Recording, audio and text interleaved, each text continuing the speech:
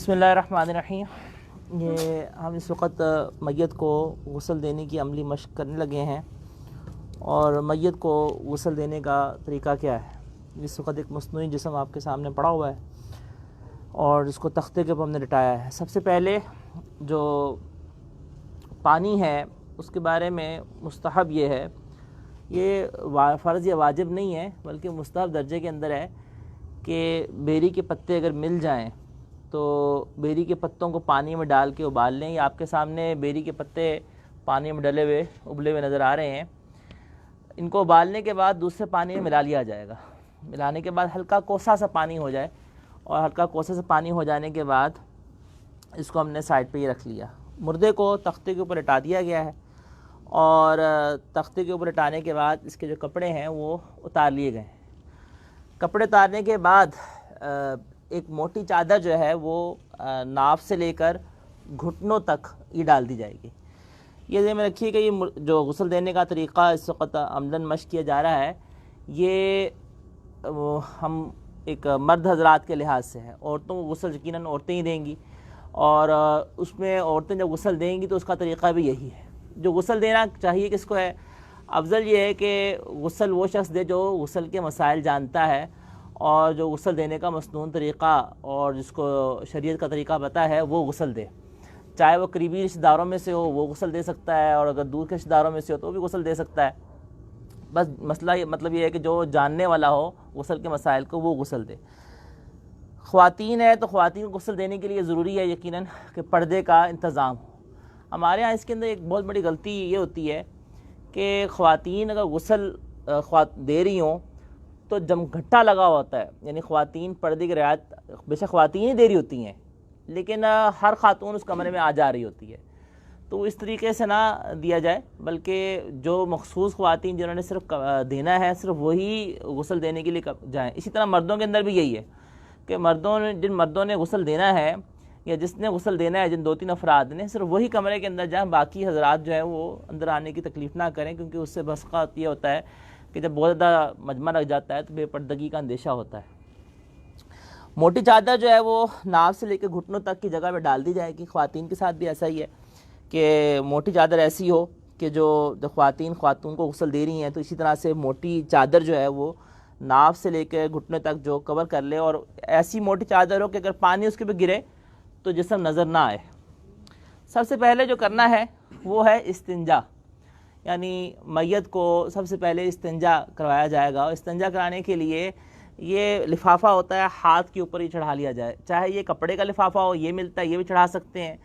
दस्ताने मिलते हैं प्लास्टिक के, बेशक वो दस्ताने पहन लें, वो चढ़ा लें। बहरहाल मकसूद ये है कि बराह रास्त हाथ ना लगे। और उसके अंदर जो है वो इस्तिंजा जो करवाया जाएगा उसका तरीका क्या होगा,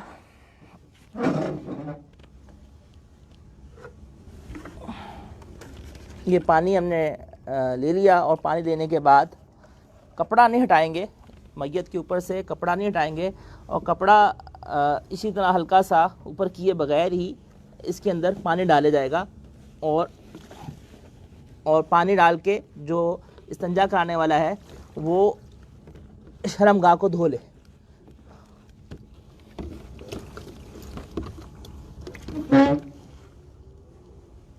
शर्मगाह को धोने के बाद ये दस्तानों को जो है वो उतार ले।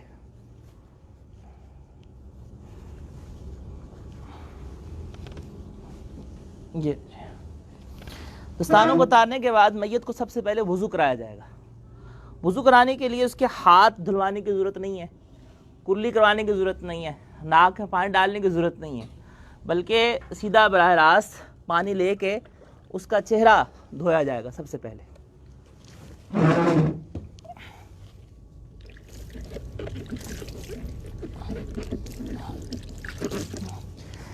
जिस वक़्त मैयत को गुस्ल देने लगे, ये आपके सामने चूँकि एक मम्मी प्लास्टिक की बनी हुई है, इसके कान नहीं है और इसके नाक नहीं है। बेहतर ये होता है कि नाक के अंदर और कानों के अंदर रुई डाल दी जाए ताकि मैयत के उसके अंदर पानी ना जाए। और थोड़ी सी रुई आप नाक के अंदर डाल दें और इसी तरह से कानों के अंदर डाल दें। तो सबसे पहले मुंह हमने धुलवाया, उसके बाद बाजू को उठा के कोहनियों समेत धोया जाएगा।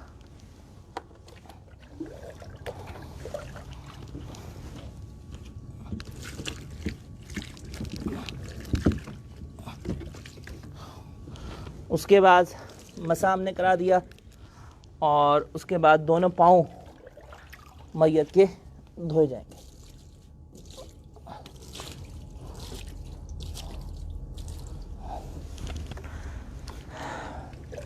इसके बाद मुस्तहब ये है, मुस्तहब का मतलब ये कर ले तो अच्छी बात, थोड़ी सी जो रुई दें, ये रुई गीली करके इसके होंठों पे फेर ली जाए और ऐसा नाक के सुराख के अंदर रुई निकाल के यूँ फेर ली जाए।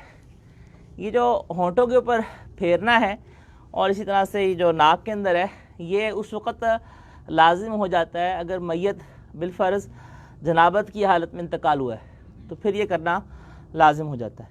लेकिन उसके मुंह के अंदर पानी डालने की कोई ज़रूरत नहीं है, वो तो बिल्कुल मैयत ज़ाहिर बात है, मुर्दा है, और मुर्दे के अंदर इस तरह से आप नहीं डालेंगे। इसके बाद जब ये रुई फेर दी जाए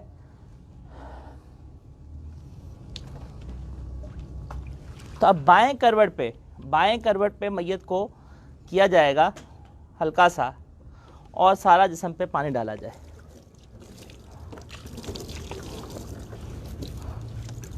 इस चादर के अंदर इसी तरह से हम चादर के अंदर से ही हमने डाल देंगे ताकि जो है ना वो बेपर्दगी ना हो।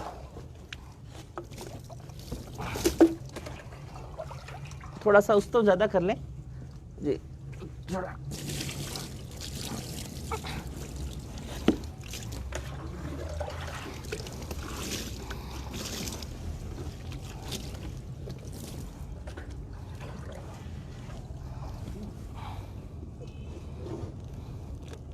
इसके बाद मैयत को इसी तरह से दाएं तरफ कीजिए, यानी पहले हमने बाएं करवट उठाया और अब हम दाएं करवट से इसी तरह से इसका पानी डालेंगे इसके ऊपर।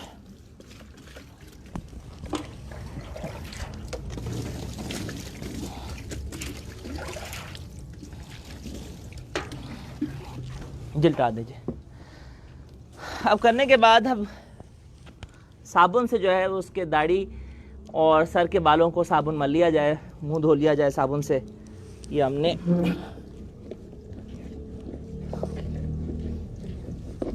इसके ऊपर साबुन मल दिया है और साबुन मलने के बाद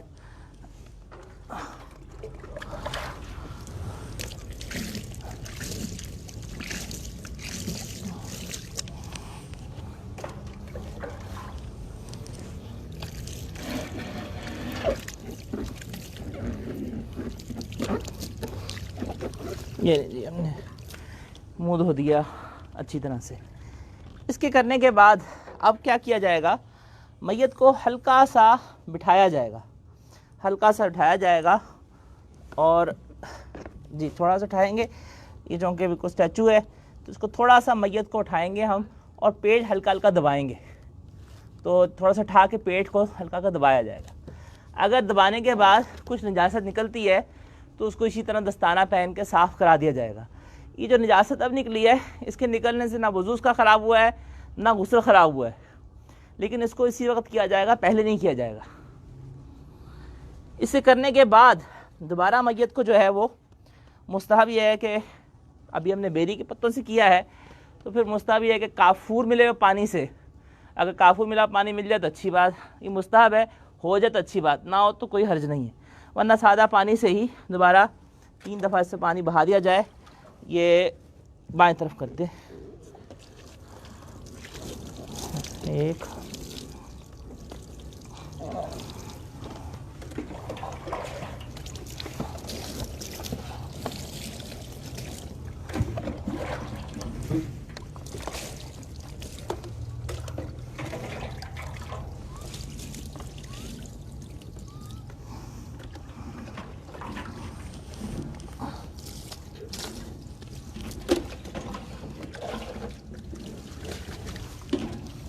ये 3 दफ़ा हम पानी इस तरह से बहा देंगे, बस दोबारा उसको करने की ज़रूरत नहीं, बस एक दफ़ा बाएं करवट पर करके इस तरह से 3 दफ़ा पानी बहा दिया जाए।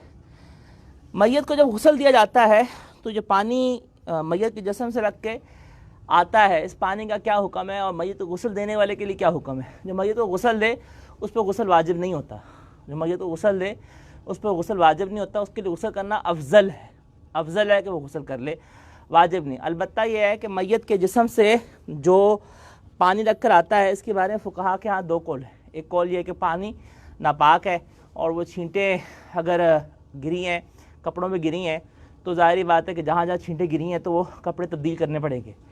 और दूसरा कौल ये है कि वो दुरुस्त है। राजे कौल फुकहा के हाँ वो यही है मुफ्ता भाई के जो मय्यत क्या है, जो पानी जिस्म से लग कर आया है, पहली दफ़ा आया है, जो छींटें पड़ी हैं वो नापाक है। और उसकी वजह यह है कि चूँकि इसको गुस्ल जब दिया जाता है तो ये जिस्म के अंदर जो खून की रतूबतें जमी हुई होती हैं और एक जैसे मुर्दा होता है तो उसके पानी लग कर आ रहा है उसकी खाल से, तो पहली दफ़ा जो पानी लगा है तो छींटें जो पड़ेंगी तो उन छींटों का हुक्म नापाक छींटों का ही है। कपड़ों पे आई है तो कपड़े तब्दील कर लें, बदन पे लगी हैं तो बदन को वैसा धो लीजिए। मुस्ताहब इसीलिए फुक़हा किराम ने गुस्ल जो मुस्ताहब लिखा है उसकी वजह भी यही है कि अगर छींटें वगैरह पड़ी हैं और तो जाके गुस्ल कर ले। लेकिन अगर उसने ध्यान से धोया है, कपड़े ख़राब नहीं हुए, छींटें नहीं पड़ी, तो फिर उसको ज़रूरत नहीं है जाके गुस्ल करे, बस जहाँ जहाँ छींटें पड़ी उस जगह को धो ले। अब जब गुस्ल दे लिया है तो अब हमने इस मय्यत को उठाकर हमने दूसरी तरफ डालना है। इसके लिए क्या तरीका अख्तियार किया जाएगा, इसके करने से पहले ज़रा समझ लीजिए कि कफन, मुर्दे का कफन जो मर्द हैं उनका कफन क्या है और औरतों का कफन क्या है, जो मसनून कफन है वो क्या है और उसको किस तरह से दिया जाएगा। इसको करने से पहले ज़रा हम थोड़ा सा बैसाखी दे दीजिएगा।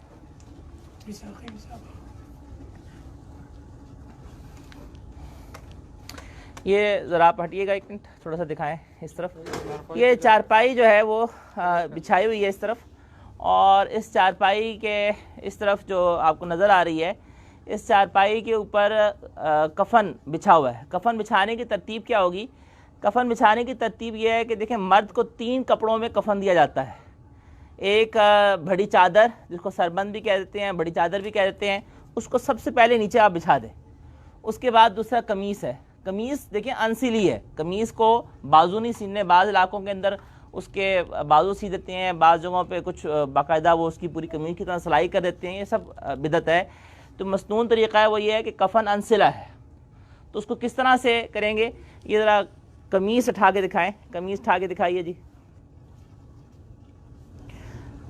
ये कमीज़ जो मय्यत के लिए है, इसके दरमियान में कट लगा दें, ये देख रहे हैं, ये कट लगा दें, और ये कट लगा के इससे जो है वो हम यानी इसके अंदर से सर गुजारें। किस तरह करेंगे अभी आपको अमलन करके दिखाते हैं। सबसे पहले बड़ी चादर हमने बिछा दी, उसके बाद अज़ारबंद, फिर कमीज़। और ख़ातून के लिए 5 कपड़े हैं, एक तो बड़ी चादर, अज़ारबंद, कमीज़, ओढ़नी और सीना बंद। किस तरतीब से उसको हमने कफन देना है ये भी अमलन करके आपको दिखाते हैं। अब पहला मरला यह है कि इस मय्यत के जिस्म को हमने वहाँ मुंतकिल करना है, तो उसको मुंतकिल किस तरह से करेंगे। अब आपने गुस्ल तो दे दिया, अब इस गीली चादर को हटा के कोई खुश्क चादर इसके ऊपर रख लें, क्योंकि आमतौर पर चादर अच्छी खासी भीग चुकी होती है। चलें जी, ये इसके ऊपर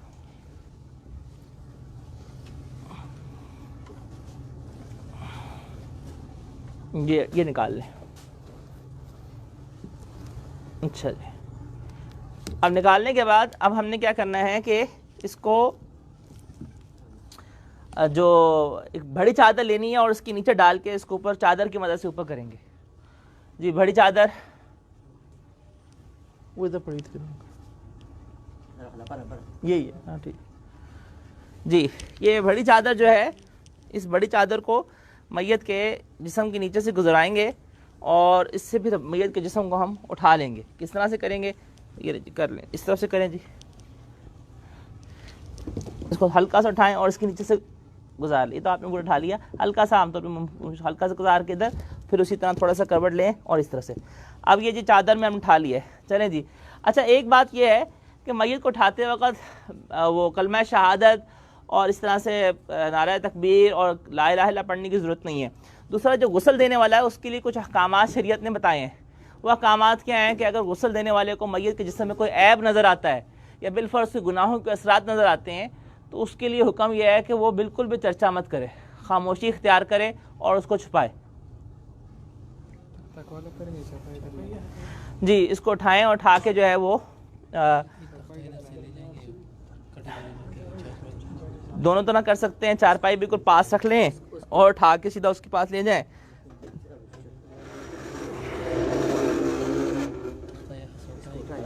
बस अब ये उठाएं जी, उठाएं जी, चारपाई मैयत को उठाएं जी। हमने उठाया, उठा के ये मैयत को रख दिया जी। फटा उठा लें, उठा लें।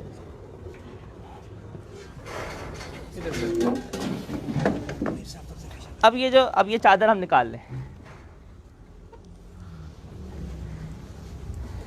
इस चादर को ऊपर डालने से पहले मुस्तहब है कि मैयत के जिस्म को तौलिए से खुश्क कर ले। वो एक रह गया हमारा, तो तौलिए से हमने पहले खुश्क कर लिया है। चलें, ये तौलिया था, हमने इसके जिस्म को पहले खुश्क करके फिर ऊपर लेकर आए हैं। एक ये अमल रह गया, पहले ही तख्ते के ऊपर ही खुश्क कर लें इसको। अच्छा जी, अब हमने ये चादर पर पड़ी हुई है। अब आप ये देख रहे हैं हमारा सबसे पहले नीचे बड़ी चादर है, ठीक है जी। ये सबसे बड़ी नीचे एक बड़ी चादर है जो कि सरबंद भी गिराती है, जिसको आखिर में गिरा दी जाती है, ठीक है। और इसके ऊपर हमने तरतीब के अंदर सबसे पहले हमने अज़ारबंद रखा। अज़ारबंद के बाद जो है हमने ऊपर ये कमीज़ रखी है जी। कमीज़ हमने एक तरह से, कमीज़ चूँकि दरमियान में से था, कट डाला था, तो उसका एक हिस्सा हमने नीचे यूँ बिछाया और दूसरा हिस्सा जो है वो हमने ऊपर यूँ करके चेहरा निकाल लेंगे जी। ये यूँ करके, ये देख रहे हैं आप, ये यूँ करके ये यूँ आ जाएगी जी, ठीक। अब इसके बाद इसको हमने निकाल लिया जी। ये कमीज़ पहनाने के बाद, कमीज़ पहनाने के बाद जो है वो इज़ारबंद पहनाया जाएगा। और इज़ारबंद की तरतीब ये है कि पहले बाएं तरफ फिर दाएं तरफ, पहले बाएं तरफ और फिर दाएं तरफ, पहले लेफ्ट फिर राइट। अच्छा जी, ये हमने अज़ारबंद मैयत को पहना दिया है। इसके बाजू के दरमियान में आ रहे थे, ये खातून, ये भी पहले मर्द का हम बता रहे हैं, फिर खातून का करके बताते हैं कि खातून के साथ क्या करना है, ठीक है जी।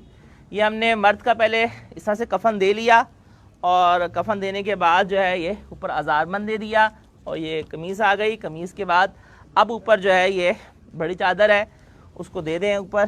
पहले इसी तरह से, पहले बायां फिर दायां,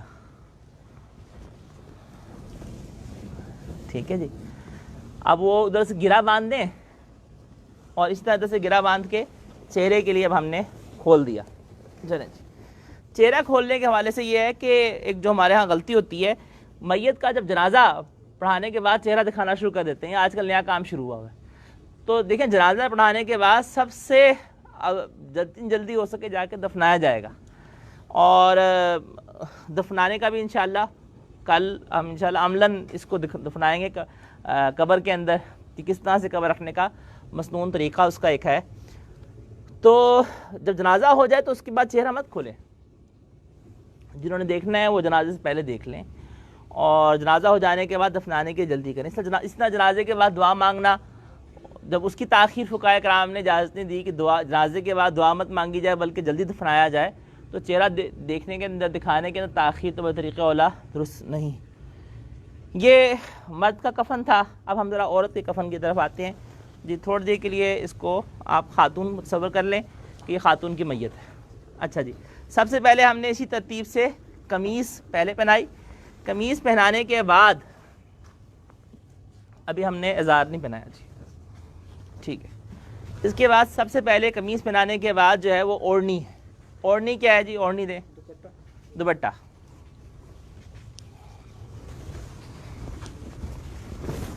ओढ़नी देने का तरीका क्या है कि ख़वातीन के चूँकि बाल होते हैं तो बालों की दो लटें बनाई जाएंगी।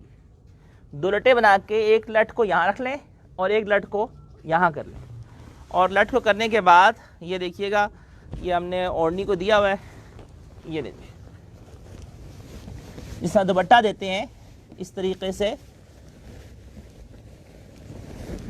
हल्का सा उठा के, ये दो पल्लू बनाए हुए थे, ये यूँ करके हमने दुपट्टे की तरह ऊपर यूँ करके बालों के ऊपर ये कर दिए।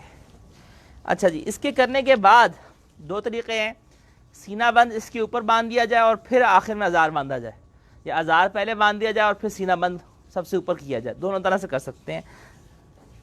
सीना बंद किया जी, सीना बंद ये सीने से लेकर अफजल उसका ये है कि रानों तक कपड़ा हो, यानी इतना बड़ा हो कि सीने से लेकर रानों तक, इसको इसी तरह से बस इसके ऊपर दे दिया जाएगा।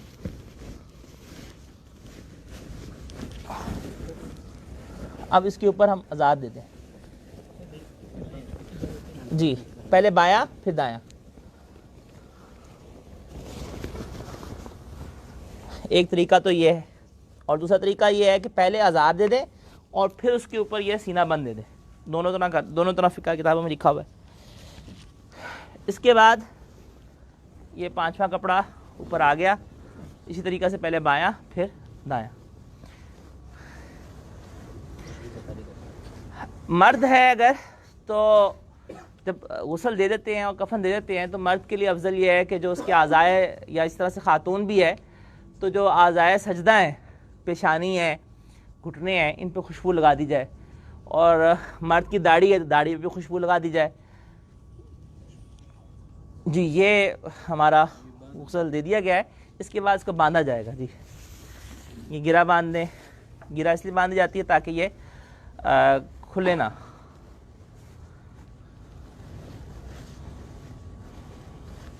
ये दरमियान जी दरमियान से ही बांधेंगे।